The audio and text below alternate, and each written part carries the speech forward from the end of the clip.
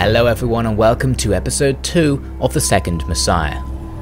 In the first episode we met the two hordes of the Ostrogothic people, one the Stewards of the Divine led by Vithericus, the other the Children of Weem led by Saphrax, both with different goals. The Stewards are heading south towards the source of the Nile, and the first obstacle on the way was Ostrogoth, a Roman city that they easily took, accidentally killing a very important Roman figure on the way. Saphrax is heading west to find new fertile lands for the Ostrogothic people, and the first place he encountered on the way is Vithericus, a place where he easily destroyed the small Roman garrison with his vastly superior forces. Vithericus continued on to Tremontium, another easily takeable Eastern Roman Empire settlement where he destroyed the garrison, further training his forces and gaining new wealth for his horde. Saphrax did the same thing, attacking the Western Roman Empire settlement of Damavia as he continued to move northwest towards Italia. Then Vithericus decided to fall back after advancing a little too far into Eastern Roman Empire territory and found himself being pursued by a massive set of Eastern Roman Empire legions. He was able to escape battle, luckily. Saphrax was encountering no such resistance and moved on to besiege the Roman city of Salona, hoping to gain some wealth there. And Vithericus managed to isolate one part of the Roman pursuit force, getting it on his own and giving us an opportunity to destroy it.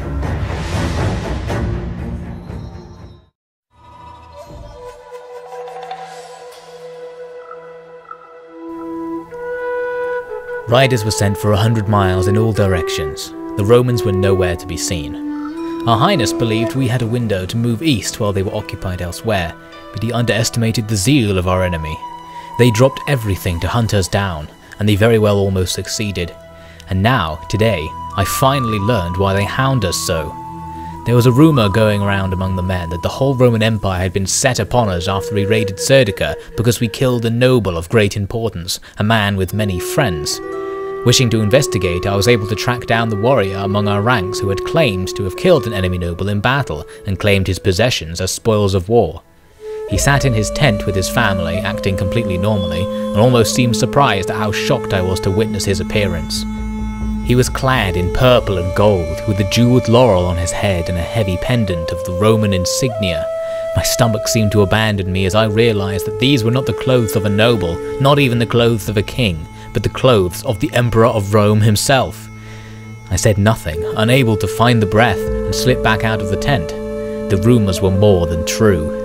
We have not only kicked the hornet's nest, but have killed their queen and parade its corpse for all to see. This is why we find a legion at every corner. The only question is, do I tell Vithericus? Perhaps it is better that he does not know, that he believes the Romans are hunting us out of sheer hate, giving us all the more reason to hate them in return. Yes, now that I have taken the time to write it out, I think I am correct. The truth must remain with me until our mission is complete. Perhaps we'll laugh about it when this is all over.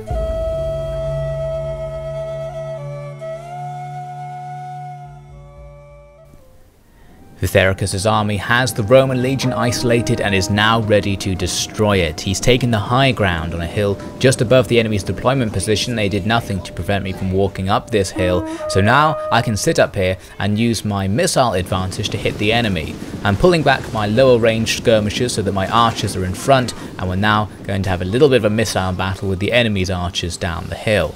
That should be a battle I win. I have superior numbers in terms of archers plus the high ground. At the same time, the enemy decided to make a cavalry attack all on its own.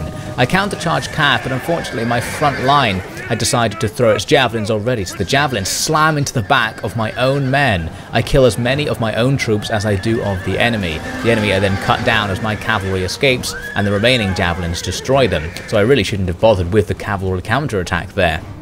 But anyway, with those cavalry defeated, the enemy now begin the second part of their attack, moving 2 columns of heavy spears up the hill, a strange looking formation.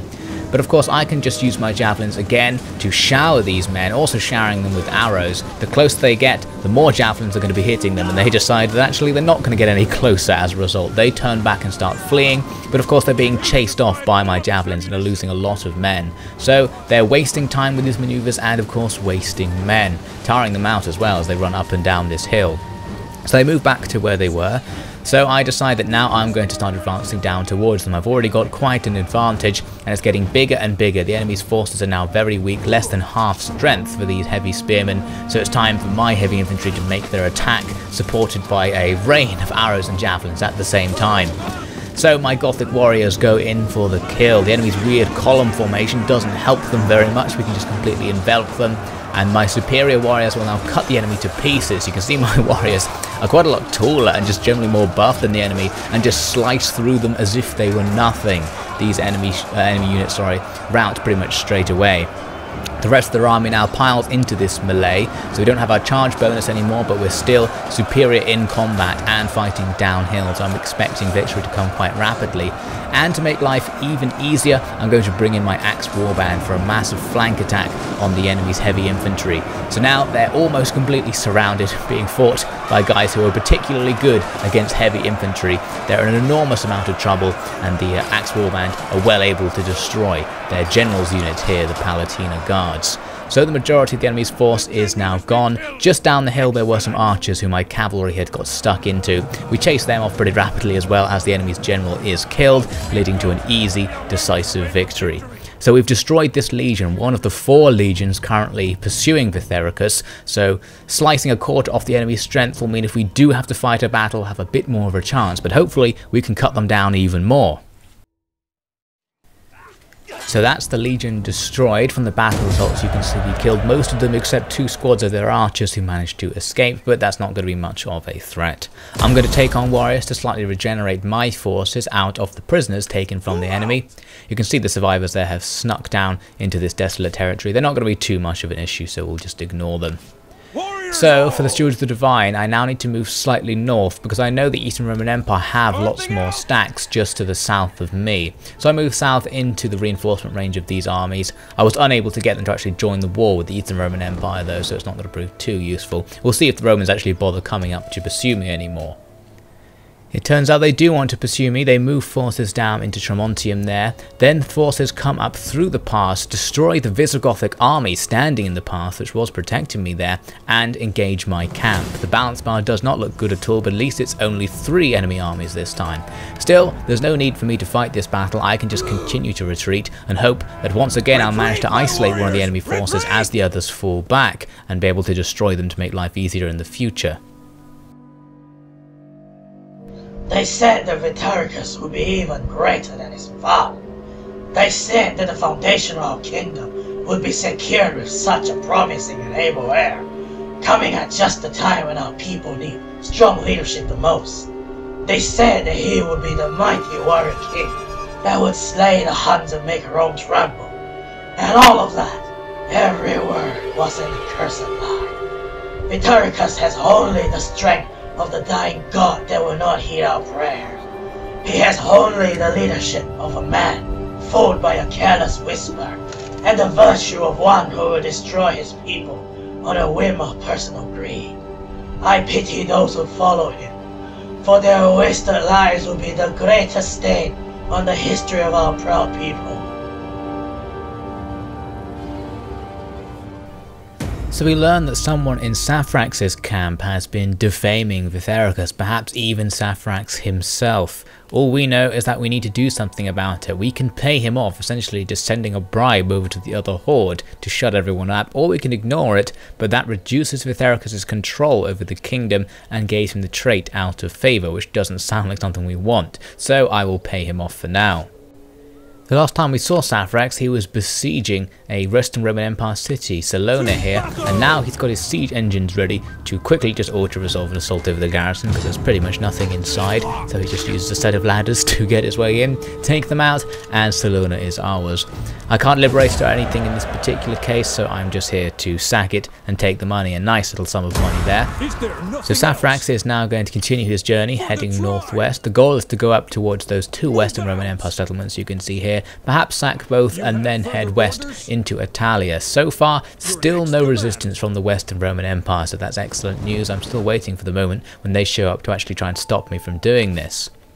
Now let's have a look at the setup of the Eastern Roman Empire's forces. They've got a stack over in Serdica, which I'm not worried about, and 2 stacks that appear to be pursuing me here in the ruins of Marcianopolis. I decided I would go and challenge them to battle because I thought their combined strength probably isn't that much, and apparently I'm right because they start running away. So I now have the opportunity to fight both of these armies at once if I like. I go in to see what it's like. The second army retreats as well, so I'm going to have to further use up movement points to actually engage in this battle, which isn't a huge issue because of course if I can beat these two armies there's only one stack left which I may have a fair chance against. So I decide I'm going to take this risk. I do have a slight advantage over these armies and they're split up between two groups, so I may be able to defeat one before the other one arrives. So hopefully if I take out these two stacks, the Eastern Roman Empire's local forces will be weak enough that I can actually finish them off in one decisive battle with the larger of their armies, meaning the area will finally be pretty much my playground to train my force, gain the technology I need, and then move through Constantinopolis. To start with, the enemy have deployed their force on the edge of a hill as my force approaches. The enemy's reinforcements coming down the hill are going to move down and join them at that inferior position down there. So that's very useful. That means my force can come up the hill and then advance down towards the enemy. So I don't know why the enemy aren't choosing to occupy the high ground, but I'm going to exploit the fact that they haven't. So eventually I move all the way around to start my advance down the hill. Curiously, the enemy decides to charge up the hill to meet me, which I guess suits me even more. So I'm deploying my forces forwards, ready to receive them. At the beginning, the enemy make a cavalry attack with their light cavalry. I didn't actually see this because I was micromanaging elsewhere, so I didn't stop my spearmen from running into them until the very last second, which was too late, meaning my spears take decent casualties receiving the enemy's charge. Luckily now in melee combat, we'll quickly overwhelm them. Elsewhere, my Gothic warband are making their advance. They should very easily be able to cut down the enemy's heavy infantry because their massive charge bonus, hill advantage, and generally superior stats mean that these guys really can't stand up to this attack, and we basically slice through this unit and demolish them straight away in this particular instance. In the centre there's a massive mosh going on, enemy heavy infantry mixing up with Vithericus himself fighting with his guards and some Gothic warband alongside him. Again, I'm expecting victory just because our troops are superior, we have them surrounded and fighting downhill, and we have the support of these javelins who are throwing their missiles over the top, taking out enemies quickly. We're winning out there. Here, spears fighting with enemy swords are still doing okay despite their inherent disadvantage. My cavalry are chasing off the enemy's missile units. I've got some spears doing the same, who unfortunately take a friendly cavalry charge there. Doesn't kill any of them, but it disrupts my cavalry attack. But still, we managed to get through and start engaging these archers with the cavalry, who the archers definitely can't escape from. So the enemy are in huge trouble. Their general was falling back but has now been caught up by my spear units. The enemy's general on guard actually have such low stats that even these very light spear units are well able to defeat them in melee. Plus my Gothic warband come in to help out, and I believe they're also taking archer fire. So within just a few seconds the enemy's general is completely annihilated, meaning the entire enemy army is now in a phase of rout. So I'm going to take this opportunity to slaughter these Romans. The more I kill, the fewer I'm likely to see in a future battle where the enemy rally their forces together and attempt to come out with loads of different legions at once like we've seen before. So we're going to completely decimate the enemy. Soon enough the battle is over, we've killed a whole load of them. It's a relatively easy, decisive victory for Vithericus. This plan went exactly as expected. We isolated and destroyed that legion, so now the Romans are that much weaker, giving us a greater chance of surviving if they challenge us again, and a greater chance of moving through their territory without being attacked. So let's take a little look at the actual numbers on the battle results screen. The enemy lost both of their commanding officers from the reinforcement and the main army. They lost the entire army there, which is excellent news. Among our forces, we took casualties mostly in the spear units, which are the easiest ones to regenerate, so that is good news. I wanted to regenerate them right away, but actually we can't regenerate, it seems, whilst I'm just standing here in this territory, so I might have to move. We can see the Romans have another army off there to the west in the Dacian Kingdom's territory, which could be a bit dangerous. I want to try and stay away from that if I can, and I'm fairly sure the enemy have more forces off to the south that I just can't see. To start with, I decided to just move very slightly and encamp myself, because if I encamp I was hoping that would give me some unit regeneration, and next turn I'll be in a position to move on. I can also recruit new units whilst I'm encamped. Unfortunately, as you can see here, it didn't give me the regeneration I was expecting by encamping, perhaps because I'm in a desolate settlement or perhaps because I just fought a battle. I'm not quite sure actually, but I realised that if I move back into the Allied territory just off to the west, and encamp there, that's probably going to be the best way for me to get my troops back and get a chance to rest and increase the size of my army, because it's still not at its maximum capacity of 20 units. So I decided I'd probably do that. There's a little bit of a risk though, because that Roman army there in the Dacian territory could just come north and attack me, but I was going to gamble on the fact that they might not know I was here, or at least won't bother with me doing that. So I'll start moving towards allied territory, and hopefully next time I'll be able to regenerate some troops, but this is actually going to prove to be a pretty bad decision. The second Messiah has already been waiting for a year, and we've hardly made any headway. I know it isn't my fault, but it seems... I don't know. God must want us to reach his new son, so why do the Romans press against us so? Perhaps this is just proof that the will of God is no longer heeded in this world. Yes, that is why we outcasts are entrusted with such an important task in the first place. If we can't make it, God will not have a people with which to repopulate the earth.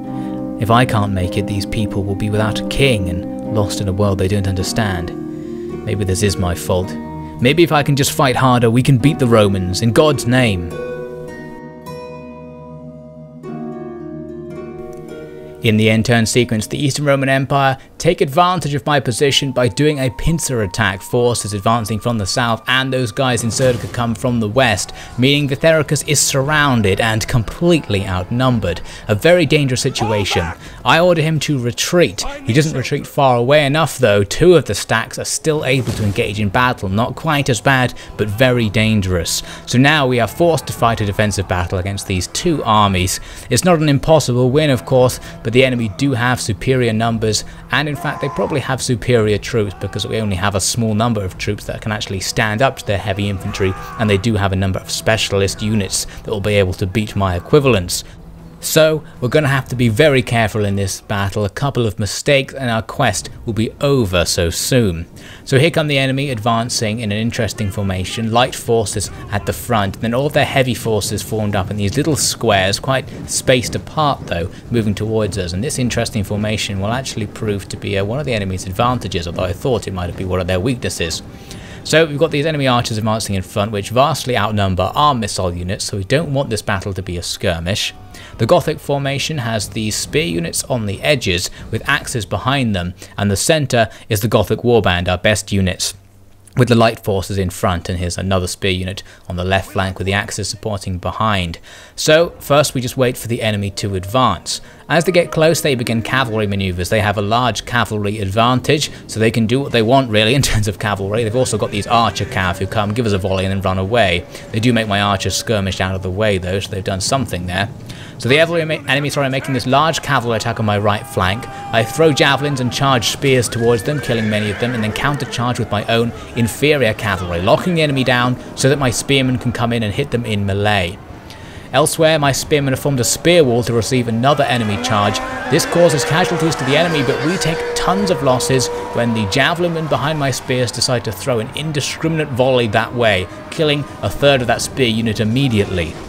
Now my main force advances, and you can see these weird blocky enemy formations mean that most of my guys just run through the gaps and are then essentially attacked from behind by the next block coming up. A nice formation that's managed to exploit my very wide and thin formation quite well. Now I moved up my skirmishers to provide close support, but unfortunately I think my messy and thin formation means the skirmishers are very happy to just throw javelins into this melee indiscriminately. The AI doesn't think it has its line of sight blocked by my own units like it usually should. So as a result, pretty much both sides get annihilated in a hail of javelins over the course of about 10 to 20 seconds. So most of my best men were lost in the center, the most important part of the battlefield, and my most important troops falling. We killed just as many enemies, but the enemy have a numerical advantage, so that doesn't help. So the centre has immediately fallen. We are in trouble. My flank attacks are starting to come into effect though, my spears and axe units slamming into the backs of the enemy's units, just locking them down, and then the axemen should be able to do heavy damage against them in melee. Some of my cavalry and spearmen there are chasing off enemy archers. I needed to get rid of all of their missile units since they had a giant advantage, and just hope I can win out in this melee fight. Vithericus and his guards have moved forward to engage with the enemy's heavy infantry. Since the centre has broken, it's up to him to hold this line together, fighting alongside archers and skirmishers in melee. Luckily, a flanking force breaks through to support him there, so the enemy are surrounded in the centre as the enemy's right flank starts to break. At the back of the enemy's army, you can see we've engaged some of their horse archers in melee, and we've got plenty of units chasing the enemy's missile units around. So the enemy's army is really broken up at this point. And meanwhile, back with Vithericus, we've actually defeated the unit that was facing him. So now we're actually starting to clear things up a bit. The enemy are scattered, and our centre, despite being broken, has now sort of reformed because all the enemy have broken as well, and we've still got a few units left. The enemy have this pike squad, which are still challenging my units here, but it shouldn't be too hard to outmaneuver them since they're so isolated. The enemy's general here was caught by spearmen, and I managed to surround him with a second unit of spearmen.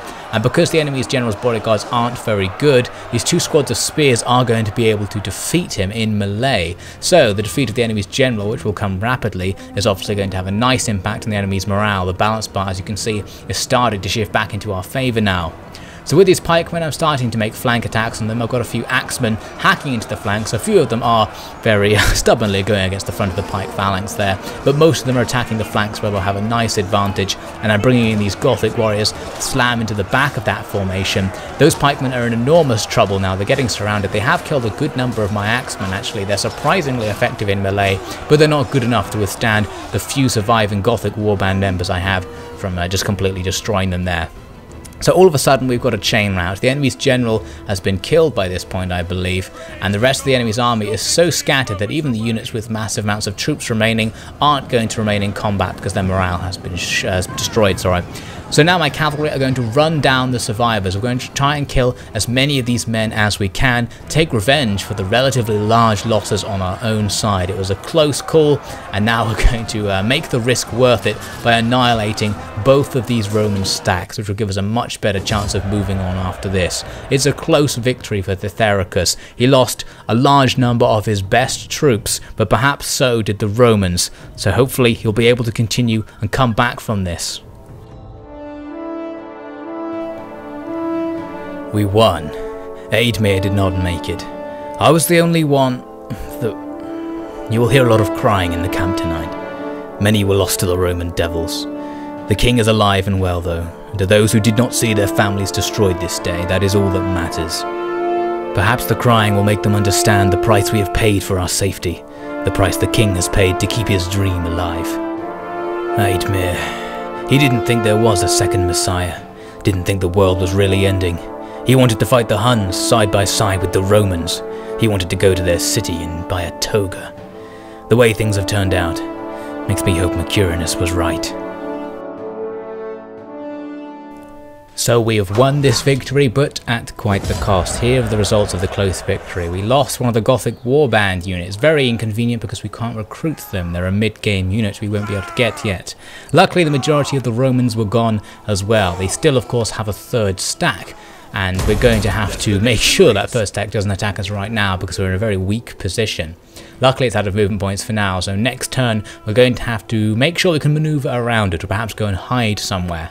But before any of that, we move on to the Western Roman Empire's turn, and they have a similar plan to deal with Saphrax. They move a full stack of troops, led by their second in line to command of the whole Western Roman Empire, leading this massive force of mostly these heavy spearmen, the border guards, who aren't particularly good, but there's quite a lot of them, and their high health and armour means they've got quite the advantage over our army, especially because our army is actually quite limited in terms of actual fighting infantry. All those skirmish units we've got mean that the enemy's heavy infantry body is going to vastly outnumber and probably outflank ours.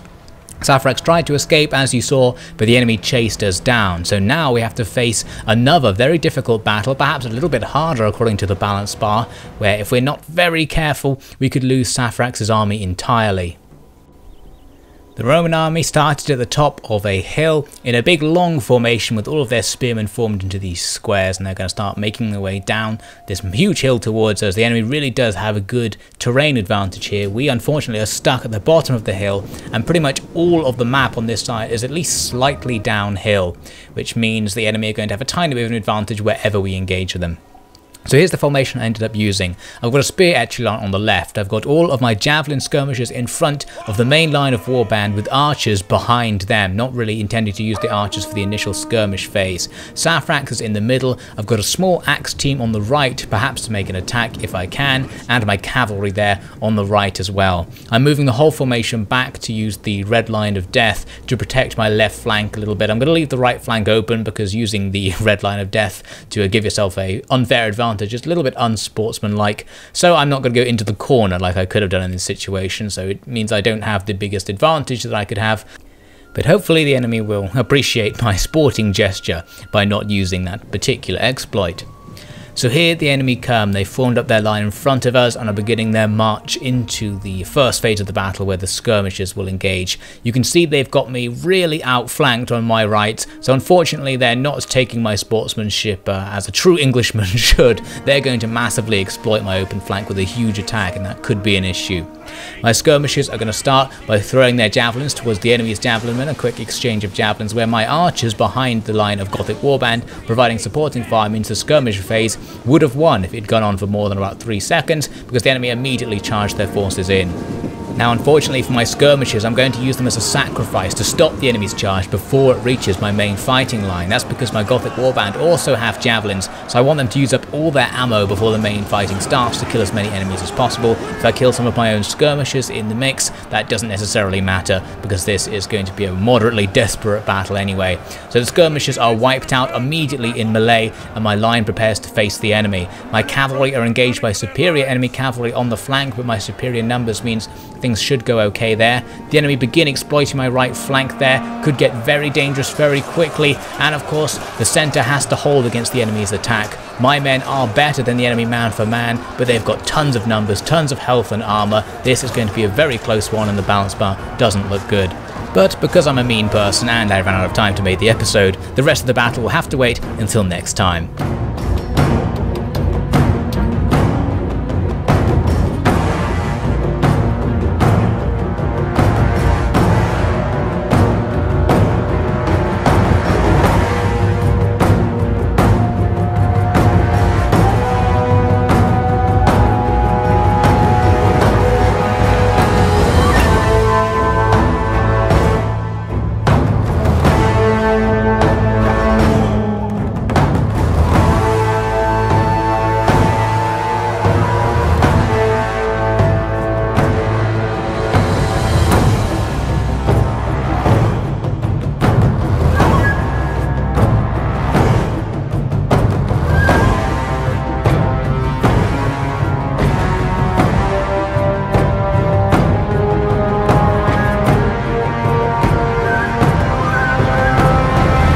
We'll see if Saphrax can hang on and see if Vithericus can recover from his close call next time on The Second Messiah.